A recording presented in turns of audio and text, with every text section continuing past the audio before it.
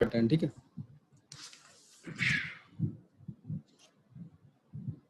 ठीक है, तो नेक्स्ट टर्न पे हम लोगों ने बेसिकली आपका जो मैंने नेक्स्ट टर्न पे आपको डिस्कस किया था, तो बेसिकली मैंने आपको क्या कहते हैं जो हमने डिस्कस किया था वो एक इम्पल्स जो हमने सबसे हम नेक्स्ट टर्न पे हमने क्या किया था, नेक्स्ट टर्न पे बेसिकली मैंने जो डिस्कस किया था आपको बेसिकली वो मैंने नेक्स्ट टर्न पे आपको फर्स्ट ऑर्डर सिस्टम था, उस फर्स्ट ऑर्डर सिस्टम के लिए बेसिकली मैंने आपको जो आउटपुट था Q naught by S, Q naught S divide by Q I S equal to हमारा कितना निकला था, इक्वल टू हमारा निकला था के अपॉन 1 प्लस एस टाउ। ये हमारा क्या था, एक फर्स्ट ऑर्डर सिस्टम का एक रिस्पॉन्स था। अब मैंने आपको बताया था कि हमारे पास जो इनपुट होंगे वो हमारे पास इनपुट 3 तरह के इनपुट होंगे, या तो हमारे पास इम्पल्स इनपुट होगा, या तो हमारे पास स्टेप इनपुट होगा, या तो हमारे पास रैंप इनपुट होगा। ठीक है, अब इन तीनों इनपुट्स को बेसिकली इस फर्स्ट ऑर्डर सिस्टम में हम देखेंगे और फिर फाइनली इसको क्या चेक करेंगे, रिस्पॉन्स चेक करेंगे। तो अगर हमने सबसे पहले इनपुट लिया है, हमने सबसे पहले जो इनपुट यहाँ पर लिया है वो मैंने एक इम्पल्स इनपुट लिया है। तो अगर इम्पल्स इनपुट लूंगा तो मैंने क्या करूंगा, देखिए Q naught S equal to कितना हो जाएगा, Q I S into K divided by 1 plus S tau. या थोड़ा सा आपको मैं बता देता हूँ कि अगर मैं इसमें लिखूं कि सपोज क्या कहते हैं, ये आपके पास जो यहाँ पे हम मान लेते हैं कि ये आपके पास है एक इम्पल्स, ये आपके पास है एक इम्पल्स इनपुट, ओके, ये है आपके पास स्टेप इनपुट, ओके, और ये है आपके पास रैंप। ठीक है, तो यहाँ पे क्या रहेगा कि ये मैंने मान लिया कि ये मेरी टाइम डोमेन एनालिसिस है और एक फ्रीक्वेंसी डोमेन एनालिसिस है। ठीक है, तो इम्पल्स इनपुट टाइम डोमेन में कितना होता है, हमारा डेल ऑफ टी होता है, जब फ्रीक्वेंसी डोमेन में करते हैं तो उसका क्या वैल्यू आता है, 1 आता है।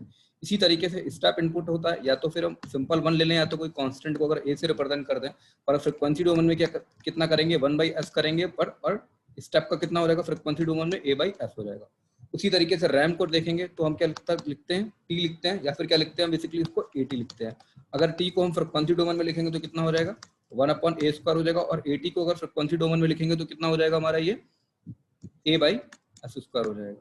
ठीक है, इस तरीके से ये पर्टिकुलर इनपुट का टाइम डोमेन और फ्रीक्वेंसी डोमेन रिस्पॉन्सेज है। ठीक है, तो सबसे पहले क्या करेंगे हम, यहाँ पे हम क्यू नॉट एस को लेंगे। तो हमने इनपुट कितना लिया है, आपका इम्पल्स लिया, और इम्पल्स के लिए वैल्यू कितनी है आपकी, 1 है। तो क्यू नॉट एस की वैल्यू कितनी हो जाएगी आपकी, Q naught S equal to कितना हो जाएगा आपका, K upon 1 plus S tau, it's an response of an impulse input. ठीक है, तो ये हमारा के अपॉन 1 प्लस एस टाउ हो जाएगा। ठीक है, तो अगर यहाँ से इसका हम पूरा, अगर हम इसको थोड़ा सा अरेंज करें तो कितना हो जाएगा, ये Q naught S equal to, इसको लिख सकते हैं ना, के अपॉन टाउ ब्रैकेट में 1 अपॉन कितना हो जाएगा, 1 अपॉन आपका कितना हो जाएगा, ये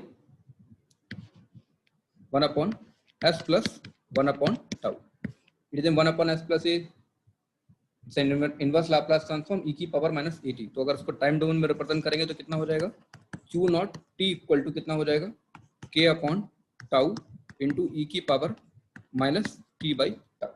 ओके, तो इस तरीके से हमारा ये सिस्टम का क्या आ गया, फाइनली पर्टिकुलर आउटपुट आ गया इम्पल्स इनपुट की। अब बेसिकली क्या करना है, हमें इसको प्लॉट करना है। अगर इसको हम प्लॉट करेंगे तो कैसे करेंगे कि अगर हम t इक्वल टू 0 लें, अगर हम t इक्वल टू 0 लेंगे तो कितनी वैल्यू आ जाएगी, क्यू नॉट 0 की वैल्यू कितनी आ जाएगी आपकी, k अपॉन टाउ आ जाएगी ना। अगर t को आप 0 पर पुट करेंगे, e की पावर 0 कितना होता है, 1 होता है। फिर क्या करें, अगर हम t इक्वल टू टाउ पे वैल्यू निकालें तो t इक्वल टू टाउ पे वैल्यू कितनी हो जाएगी, क्यू नॉट टाउ की वैल्यू कितनी हो जाएगी, क्यू नॉट टाउ की वैल्यू आपकी हो जाएगी, it's an Q naught tau equal to कितना हो जाएगा आपका 0.368 के अपॉन टाउ। ओके, ये दो आपको रिजल्ट मिले, t इक्वल टू 0 पे और t इक्वल टू टाउ। ठीक है, अब क्या करें इसको हम बेसिकली, अगर इस सिस्टम को क्यू नॉट इक्वल टू इसको हम प्लॉट करें, अगर उसको हम प्लॉट करें तो उसको प्लॉट कैसे कर सकते हैं कि अगर हमने इसको कुछ प्लॉट किया, प्लॉट करने के लिए क्या करें कि हमने कुछ इस तरीके से पर्टिकुलर हमने टाइम और क्या किया, हमने आउटपुट क्यू नॉट टी के बीच में प्लॉट किया। तो हमको एट टी इक्वल टू 0 पर फंक्शन कितना मिल रहा है, के अपॉन टाउ मिल रहा है। तो टी इक्वल टू 0 पर फंक्शन कितना मिला हमको, के अपॉन टाउ मिला। और अगर जब टी की वैल्यू टाउ हो जाएगी तो हमारी वैल्यू कितनी मिलेगी, 36.8%। ओके, तो इस तरीके से आपको क्या मिल रहा है यहाँ पे, इस तरीके से आप सिस्टम का रिस्पॉन्स निकाल सकते हो। तो अगर यहाँ से हम टाइम कांस्टेंट की डेफिनेशन को लिखें तो टाइम कांस्टेंट की डेफिनेशन को हम लिख सकते हैं, ये है प्रिविलेटेड time constant definition. Time constant dependent on time taken to fall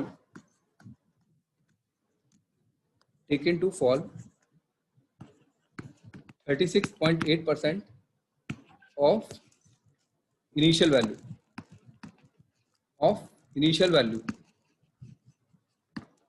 ठीक है, ऑफ इनिशियल वैल्यू। ओके, इस तरीके से हम किसी भी पर्टिकुलर टाइम कांस्टेंट सिस्टम को डिफाइन कर सकते हैं। ठीक है, तो ये जो आपका रिस्पांस था ये बेसिकली क्या था, एक इम्पल्स इनपुट के लिए रिस्पांस था। ठीक है, अगर हम इसी सिस्टम को फर्स्ट ऑर्डर सिस्टम के लिए देखें, we have to be use for an first order system. अगर इसको हम फर्स्ट ऑर्डर सिस्टम के लिए देखें, अगर हम देखिए यहाँ पे हम क्या कर रहे हैं कि फर्स्ट ऑर्डर सिस्टम को एनालिसिस कर रहे हैं। तो अगर मैं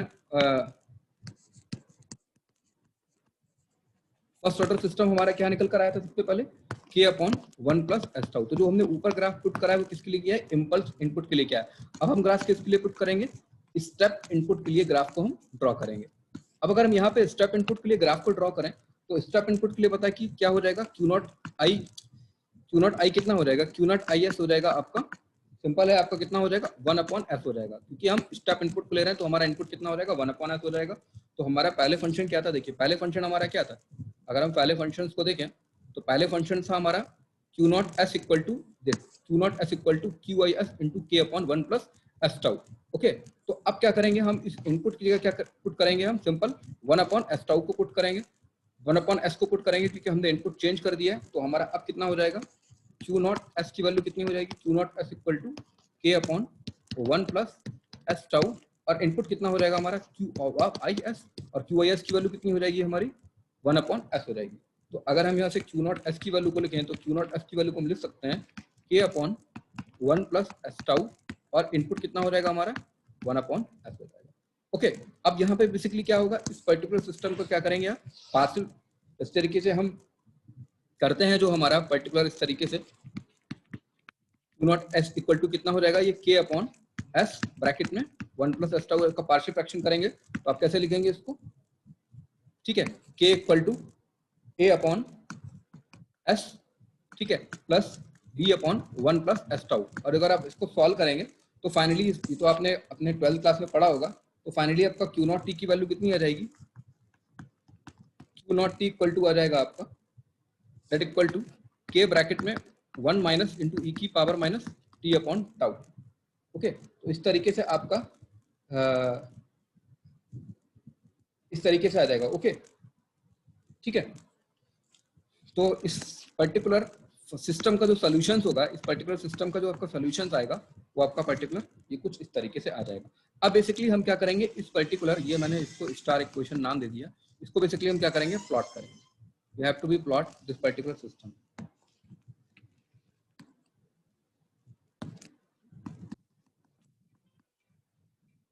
इनपुट एंड आउटपुट। देखिए अगर हम सिस्टम को प्लॉट करें, देखिए एट t इक्वल टू 0 पे देखिए, एट t इक्वल टू 0 पे फंक्शन की वैल्यू कितनी मिलेगी, फंक्शन की t इक्वल टू, हमारा इनपुट क्या था, स्टेप था, कांस्टेंट था, 1 था।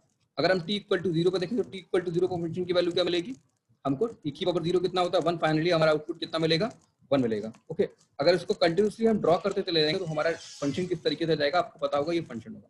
अब देखिए अगर इस फंक्शन को देखें हम, तो इस फंक्शन को बेसिकली हम 3 पार्ट में डिवाइड कर सकते हैं। देखिए पहला जो कर्व है आपका ये वाला कर्व है, ठीक है, यहाँ तक है।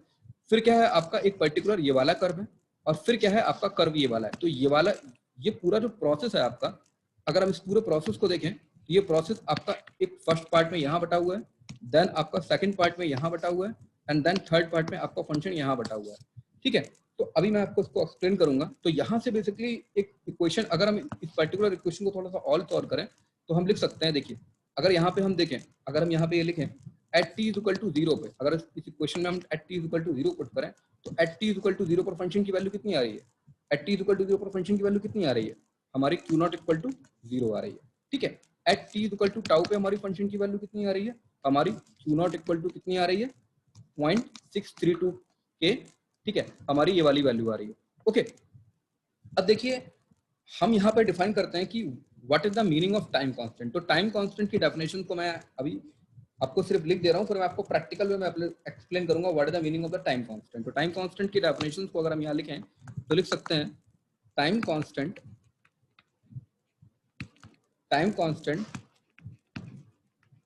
Dependent on time taken to race. भाई अटेंडेंस लगा दीजिए, मैं सिर्फ 19 लोगों ने अटेंडेंस लगाया है, मैं अलाउ नहीं करूंगा, बता रहा हूँ। 63.2% ऑफ फाइनल वैल्यू। ठीक है, तो ये आपकी टाइम कांस्टेंट की डेफिनेशन है कि टाइम कांस्टेंट लिखा है, time constant is defined on the time taken to response 63.2% of final value. अब देखिए बेसिकली अब यहाँ पे अगर हम टाइम कांस्टेंट को थोड़ा सा और सा डिफाइन करें प्रैक्टिकल वे एप्लीकेशन में, what is the meaning of the time constant. Time constant में हम ये बोल रहे हैं कि 63.2% का मतलब प्रैक्टिकल में मतलब क्या है। तो इसको आप ऐसे समझ सकते हैं कि आपके पास एक कैपेसिटर है, ठीक है, आपके पास एक इलेक्ट्रोलाइट कैपेसिटर है, ठीक है, और आपको उसको चार्ज करना है। 9 वोल्ट की बैटरी कुछ भी हो सकती है, 9 वोल्ट 5 वोल्ट 12 वोल्ट कुछ भी हो सकती है, और उस कैपेसिटर की वैल्यू जो है वो 100 माइक्रोफैरेड और 25 वोल्ट। अगर आप उस कैपेसिटर को चार्ज करेंगे, अगर आप देखें तो कैपेसिटर भी बेसिकली क्या होता है, फर्स्ट ऑर्डर सिस्टम तो ये है ना, x इक्वल टू 1/ओमेगा c। तो अगर हम इस कैपेसिटर को एक पर्टिकुलर 9 वोल्ट क्या है, डीसी वोल्टेज है, कांस्टेंट फंक्शन है, स्टेप फंक्शन मान सकते हैं उसको हम। अगर हम इस कैपेसिटर को चार्ज करें तो ये जो कैपेसिटर होगा, पहली बात तो इसमें 3 केस होंगे। पहला केस ये होगा कि जब आप इनिशियली जैसे ही कैपेसिटर के टर्मिनल पे आप 9 वोल्ट की बैटरी लगाओगे और आप इस कैपेसिटर के वोल्टेज को अगर आप एक मल्टीमीटर से मेजरमेंट करते हो, वोल्टेज इसका मेजरमेंट करते हो, तो आपको दिखेगा कि 0 से अप्रोक्सीमेटली कुछ 15 वोल्ट तक ये जो कैपेसिटर की चार्जिंग है, 0 से 15 वोल्ट तक जो कैपेसिटर है बहुत ही रैपिडली, बहुत ही फास्ट चार्ज होगा, बहुत ही फास्ट चार्ज होगा। ओके, उसके बाद क्या होगा, सेकंड स्टेप में क्या होगा कि सपोज दैट 15 से 18 वोल्ट के बीच में ये कैपेसिटर की चार्जिंग होगी, वो स्लोली होगी। और थर्ड केस में क्या होगा कि 18 वोल्ट के आसपास ये कैपेसिटर क्या करेगा आपका, अपना आप इसको कंटिन्यूसली बैटरी देते, आप सप्लाई देते रहिए, ये कैपेसिटर एक फिक्स वैल्यू सपोज दैट 19.2 पर ये वैल्यू फिक्स हो गई। तो जब आप एक कैपेसिटर की चार्जिंग करेंगे ना, तो आपको ये 3 स्टेप वहां पे दिखाई पड़ेंगे।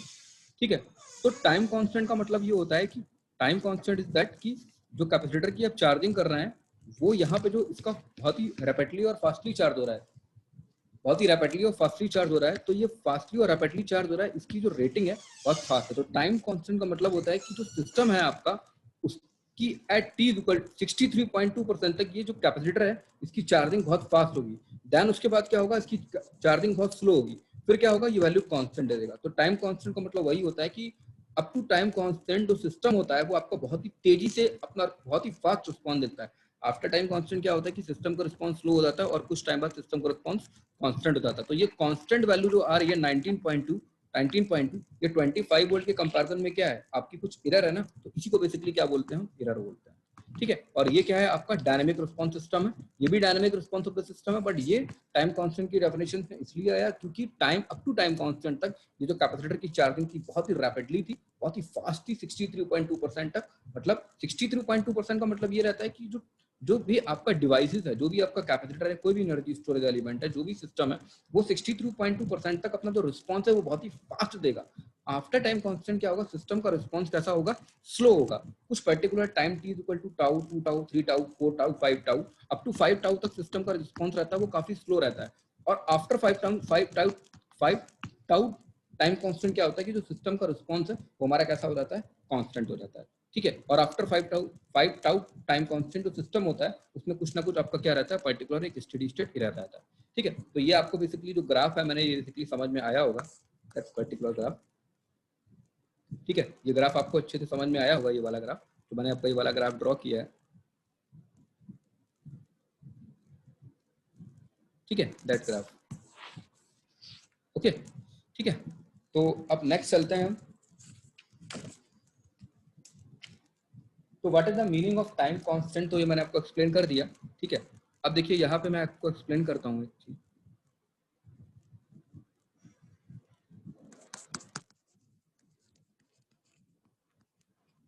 टाइम कांस्टेंट अगर हम इसको देखें तो इसको लिख सकते हैं, it indicate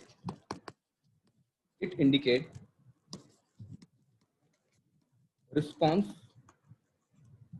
of the instrument, it indicate response of the instrument. Okay, ये सिंपल सा हम एक टाइम कांस्टेंट की डेफिनेशन को जनरल फॉर्म में लिख सकते हैं। ठीक है, अब उसके बाद में एक आता है, एक रिलेशनशिप होता है, उस रिलेशनशिप को मैं लिख दे रहा हूं, टाइम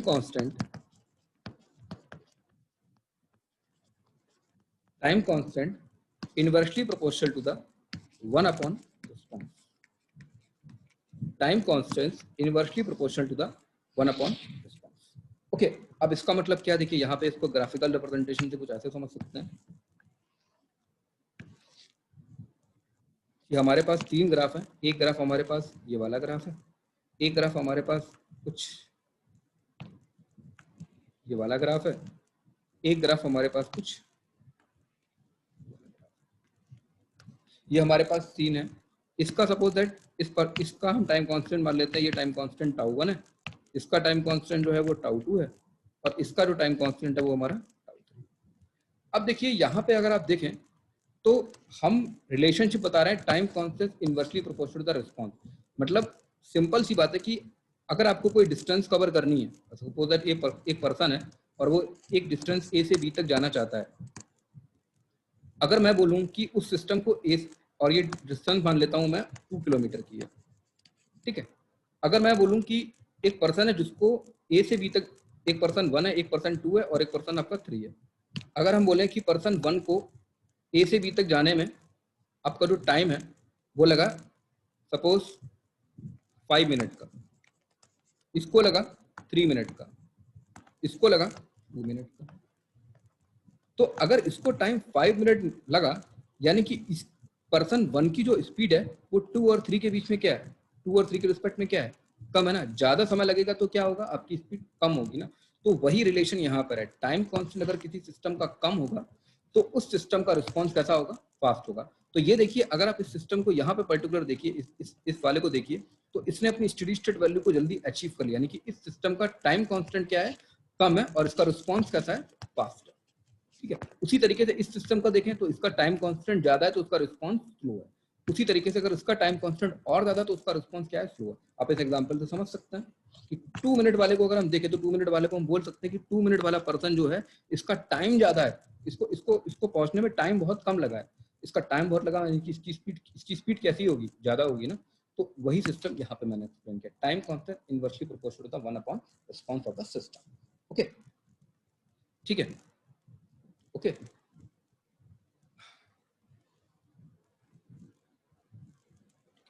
नेक्स्ट एक छोटा सा टॉपिक है, ज़्यादा मैं एक्सप्लेन नहीं करूंगा, तो इसमें मैं लिख सकता हूँ, यहाँ पे एक रिलेशन लिख सकता हूँ कि the time constant tau 3 is to be very high as compare to tau 2 should be very 1, और इसका जो इनवर्स क्या हो जाएगा, वो आपका सिस्टम का रिस्पॉन्स हो जाएगा।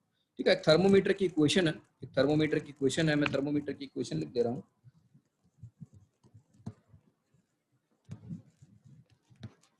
ये आप एक स्टार डाल के लिख लीजिएगा, थर्मोमीटर इक्वेशन।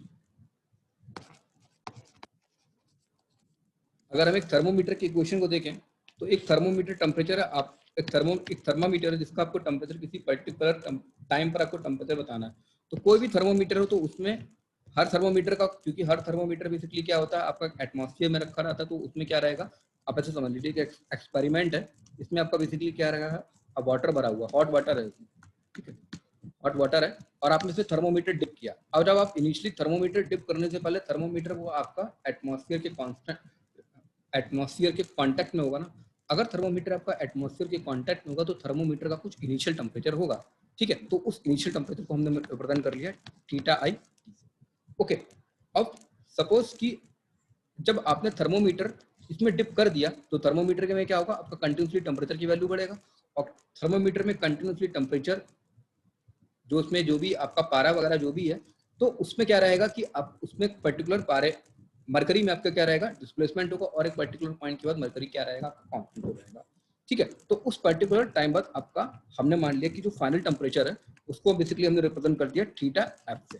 ठीक है, तो ये तो आपका इनिशियल टेम्परेचर था और ये आपका फाइनल टेम्परेचर था। आपको किसी पर्टिकुलर अब मैं मान लिया कि t इज इक्वल टू 0 पर आपका थर्मोमीटर बाहर था और t is equal to 10 second पे आपका थर्मोमीटर ने अपना स्टेडी स्टेट यानी थीटा फाइनल कंप्यूटर अपना दे दिया।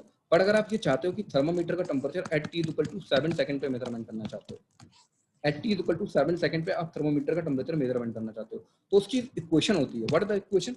The equation of the system theta naught t equal to कितना हो जाएगा, थीटा फाइनल ब्रैकेट में 1 माइनस इंटू ई की power minus t by tau plus theta initially into ई की power minus t by tau. ठीक है, गेट 2017 में इंस्ट्रूमेंटेशन इंजीनियरिंग में इस पर्टिकुलर कॉन्सेप्ट पे बेस्ड क्वेश्चन आया हुआ है, वह बहुत ही ट्रिकी क्वेश्चन है। उस क्वेश्चन को आप इस वाले फॉर्मूले से लगा के देखिएगा। ठीक है, तो इस तरीके से हम सिस्टम में हम थर्मोमीटर टेम्परेचर का इक्वेशन को देख सकते हैं। ठीक है, अब इसमें बेसिकली क्या रहता है कि अब आपका बेसिकली आता है एरर। नेक्स्ट टॉपिक है बेसिकली इसी एक टाइम डोमेन सिस्टम में है आपका एरर। तो बेसिकली आपकी जो एरर होती है बेसिकली दो तरह की एरर होती है, एक डायनेमिक एरर होती है और एक स्टेडी स्टेट एरर होती है। अगर हम डायनेमिक एरर को देखें, what is the meaning of dynamic error? Dynamic error कुछ नहीं होती, डायनेमिक एरर को हम लिख सकते हैं error E T equal to कितना लिखेंगे हम, बेसिकली इनपुट माइनस जो आपने इनपुट दिया है और जो आपको आउटपुट मिला है, दोनों का डिफरेंस क्या ले लोगे आप आपका डायनेमिक एरर हो जाएगा। तो अगर यहाँ से ईटी की वैल्यू रिप्रेजेंट करें तो हम बेसिकली स्टेप इनपुट के लिए कंसीडर करें, तो स्टेप इनपुट के लिए अगर हम फ्रीक्वेंसी डोमेन में जाए तो हमारा टाइम डोमेन में जाए तो हमारा इनपुट कितना होगा 1। उस इनपुट को हमने किससे रिप्रेजेंट कर दिया, मैंने सिर्फ एक सिंपल कांस्टेंट के से रिप्रेजेंट कर दिया। तो इनपुट को किससे रिप्रेजेंट कर दिया के, और हमारा आउटपुट कितना आया था के ब्रैकेट में 1 माइनस इंटू ई की power minus T by tau. तो अगर हम एरर ईटी, अगर हम एरर डायनेमिक निकालें, तो अगर हम एरर डायनेमिक निकालेंगे तो एरर डायनेमिक की वैल्यू कितनी आएगी हमारी के इंटू ई की power minus T by tau. ये हमारी क्या हो गई, the value of error in the terms of dynamic system. Okay, उसके बाद में अगर हमें फाइंड आउट करना हो steady state error, what is the meaning of steady state error? ये तो हमारा डायनेमिक एरर हो गया। अगर हमें steady state error find out करना हो तो स्टेडी स्टेट एरर कैसे फाइंड आउट करेंगे? स्टेडी एरर को फाइंड आउट करने कुछ नहीं देर होगा, error e s s t equal to कितना हो जाएगा आपका, limit t tending to infinite e t. Dynamic system क्या होता है, स्टेडी स्टेट सिस्टम क्या होता है, at T is equal to infinite पर हम सिस्टम की हम ये देख लें कि at T is equal to infinite पर हमारी वैल्यू क्या है, वही तो हमारी एरर होगी ना, क्योंकि एरर क्या मिलती है हमको at T is equal to infinite, और ये जो हमारा मेन इनपुट है इन्हीं के बीच की तो जो डिफरेंस वैल्यू मिलती है वही तो मिलती है ना। तो डायनेमिक एरर में जो भी आपका आउटपुट आया है उसी एरर में अगर आप टी टेंडेंट टू इनफाइनाइट कर देंगे तो फाइनली आपको क्या मिल जाएगा, स्टेडी स्टेट एरर मिल जाएगा। तो what is the steady state error system में रख दीजिए, तो कितना रखेंगे हम, limit t tending to infinite equal to k into ई की power minus T by tau. Okay, तो फाइनली हमको कितना आउटपुट मिलेगा, 0 मिलेगा। ठीक है, तो स्टेप इनपुट के लिए बेसिकली हमको एरर कितना मिला, 0 मिला। पर अगर हम स्टेप स्टेडी स्टेट आउटपुट को देखें, what is the steady state output? तो अगर हम स्टेडी स्टेट आउटपुट को कैलकुलेट करें तो कितना हो जाएगा, input minus steady state error. अगर हम इनपुट में से स्टेडी स्टेट एरर की जो वैल्यू आई उसको घटा दे तो हमको क्या मिल जाएगा, स्टेडी स्टेट आउटपुट मिल जाएगा। तो इनपुट कितना है हमारा, इनपुट कितना है हमारा के स्टेप इनपुट के लिए, और स्टेडी स्टेट एरर कितना निकला, 0 निकला। तो स्टेडी स्टेट आउटपुट की वैल्यू कितनी हो गई, सिंपल सी वैल्यू आपकी के हो गई। ओके, तो इसी तरीके से जैसा आपका मैंने स्टेप इनपुट के लिए किया है फर्स्ट ऑर्डर सिस्टम के लिए, फर्स्ट ऑर्डर सिस्टम कितना था, 1/1 प्लस एस टाउ था। इसमें मैंने आपको जो एनालिसिस कराया वो बेसिकली पूरा स्टेप इनपुट के लिए एनालिसिस कराया। उसी तरीके से आपको करना है रैंप इनपुट के लिए, it's an ramp input. Ramp input के लिए क्या करना है आपको, बेसिकली सबसे पहले तो उसकी आउटपुट क्यू नॉट टी की इक्वेशन निकालनी है। ठीक है, नेक्स्ट आपको क्या करना है, डायनेमिक एरर कैलकुलेट करनी है। ठीक है, डायनेमिक एरर के बाद में क्या करना है आपको, स्टेडी स्टेट एरर कैलकुलेट करनी है फॉर स्टेप इनपुट, और स्टेडी स्टेट के बाद आपको स्टेडी स्टेट आउटपुट को कैलकुलेट करना है। ठीक है, ये मैंने आपको स्टेप इनपुट के लिए करा दिया। आपको बेसिकली क्या करना है, रैंप इनपुट के लिए आपको ये करना है। ठीक है, तो इस तरीके से आपका जो सिस्टम का डायनेमिक रिस्पांस था, डायनेमिक रिस्पांस में मैंने आपको कल बताया था हमारे पास दो फंक्शन होते हैं, टाइम डोमेन में होता है और एक आपका फ्रीक्वेंसी डोमेन में होता है। तो टाइम डोमेन मैंने आज का आपका कंप्लीट कर दिया। अब जो आपका नेक्स्ट क्लास होगा बेसिकली मैं आपको फ्रीक्वेंसी डोमेन में आपको कंप्लीट कराऊंगा, ठीक है। तो इस तरीके से तो ठीक है।